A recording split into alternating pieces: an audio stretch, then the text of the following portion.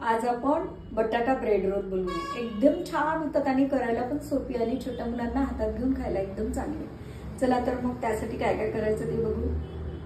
बारीक हिरवी मिरची, ग्रेट केलेलं अद्रक, हिंग, लाल तिखट, हळद, जिरं, गोडा मसाला, धना पावडर, मीठ आणि ओवा। 4 बटाटे उकडले आणि मॅश करून घेतले। अर्धी वाटी बेसन, अर्धी वाटी तांदूळाचं पीठ, खूप सारी बारीक कापलेली कोथिंबीर आणि 6 ब्रेड। एवढं संपूर्ण साहित्य आपल्याला ब्रेडच्या करंजीसाठी लागेल। याच्यात आपल्याला आता धना पावडर टाकायची आहे, मीठ टाकायचं आहे, गोडा मसाला, जिरं, हिरवी मिरची, हळद, लाल तिखट, हिंग, ग्रेट केलेलं अद्रक आणि आता हे आपल्याला मिक्स करून घ्यायचं आहे।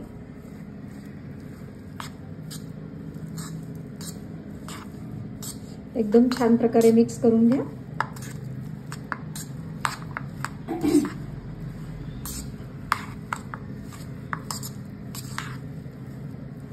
याचा रंग असाच आला पाहिजे, छान दिसतो असा रंग। हिरवी मिरची तुम्ही तुमच्या आवडीनुसार कमी जास्त करू शकता आणि लाल तिखट पण। आणि छोटे मुलं जर असतील घरामध्ये तर तुम्ही हिरवी मिरची स्किप केली तरी चालेल। बघा आता हे आपलं तयार झालं स्टफिंग। कोथिंबीर,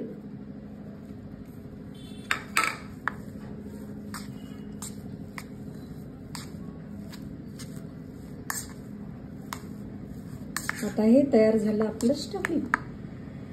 थोडं मीठ ह्याच्यामध्ये चवीनुसार, थोडं लाल तिखट,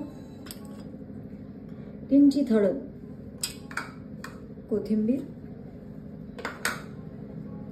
आणि आता हे आपल्याला मिक्स करून घ्यायचं आहे। हे आता गुठळणा देता आपल्याला भिजवून घ्यायचं आहे, थोडं थोडं पाणी टाकून।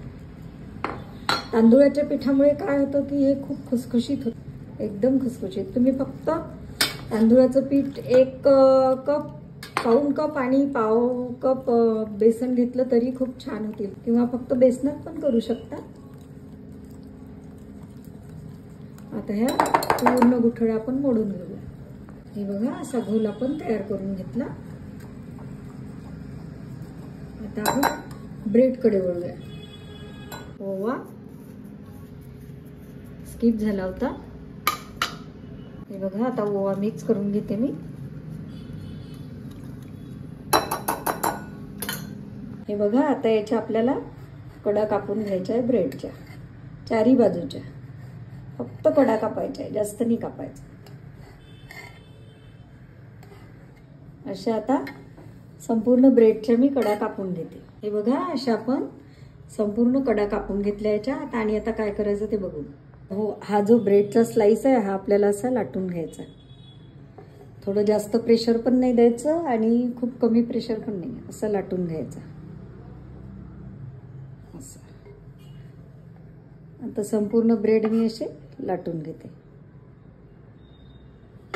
बघा आपली ही आलूची चटणी जी तयार केलेली होती आपण सगळं हे बघा आपण या चटणीचं आता असं मॅश करून घेतली ही चटणी थोडी एका कटोऱ्यामध्ये काढून। आणि आता याला आपण या रोलला लावूया। पूर्ण हातानेच लावावी लागते ही, अशी जास्त जाडथर नाही द्यायचं, पातळ द्यायचं, काठोकाठ द्यायचं।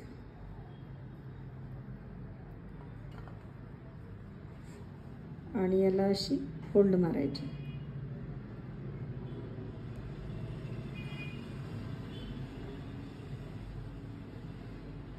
अशी फोल्ड मारायची। आणि हे थोडंसं समजा आपला रोल हा ब्रेड तुटला वगैरे तर त्याचं टेन्शन नाही घ्यायचं, कारण आपल्याला हे रोल बेसनामध्ये बुडवायचे आहे। हे बघा आणखी एक रोल बनवून घेते मी।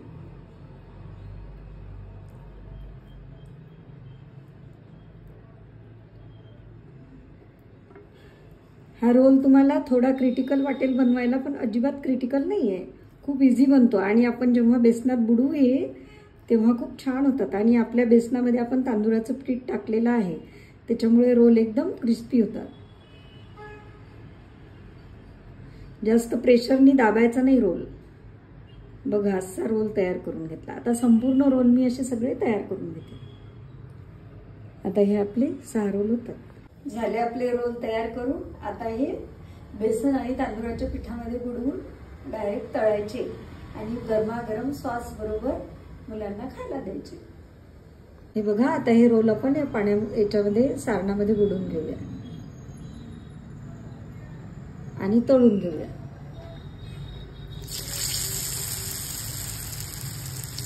गॅस कमी करायचा. आता दुसरा रोल बुडवते. प्रोसिजर एकदम सोपी आहे ही. मग तांबूस रंगावर तळून घेऊया. हे बघा छान तांबूस रंगावर झाले आता हे रोल. आता आपण काढून घेऊया. एकदम क्रिस्पी कुरकुरीत. हे बघा कसे दिसतात. झाले आपले कुरकुरीत ब्रेड रोल तयार. बाहेरून एकदम क्रिस्पी, आतमध्ये सॉफ्ट आणि मुलांना आवडणारे.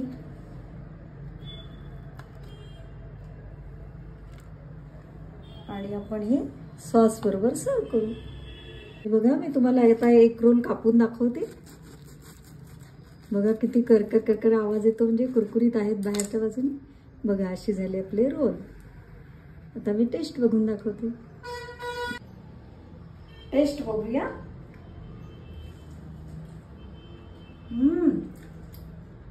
कुरकुरीत, सॉफ्ट आणि चवीला एकदम रुचकर. अशी रेसिपी करा. बघा झाले आपले ब्रेड रोल तयार. छोट्या मुलांना आवडणारे आणि आजोबा आजींना पण आवडतील असे रोल आहे. ही रेसिपी अवश्य एकदा करून बघा. माझ्या चॅनलला लाईक करा, शेअर करा, सबस्क्राईब करा.